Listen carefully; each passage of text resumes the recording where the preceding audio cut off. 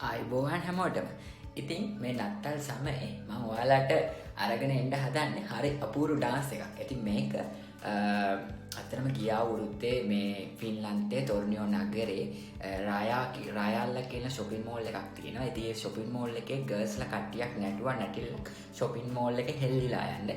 ඉතින් මේ ඩාන්ස් එක මම කලින් අප්ලෝඩ් කළා මගේ වීඩියෝ එකත් එක්ක.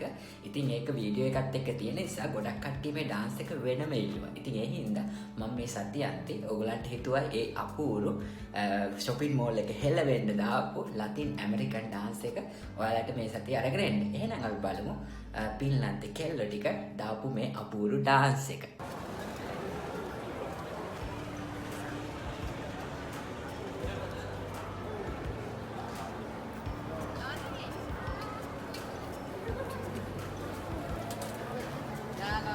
No niin, eli olen Lea Hamari, tanssi- ja joogakoulustakin toinen omistajista. Ja tässä nyt nähdään lavalla tänään meidän esiintyvät ja kisaavat ryhmät Teamstage DTC ja Teamstage Junnut. Mahtavaa. No, miten jos joku täällä nyt innostuu tästä tanssimisesta, niin onko teille missä vaiheessa vuotta mahdollisuus päästä opiskelemaan? No, me ollaan aika vasta aloitettu meidän kevätkausi, eli vielä voi hypätä kevätkaudelle mukaan.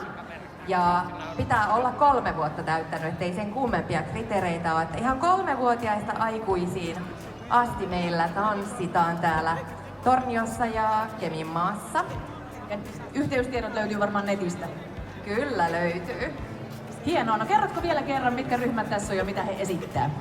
Teamstage Junnut ja Teamstage DTC ja Latin Vibes. Antakaa aplodit!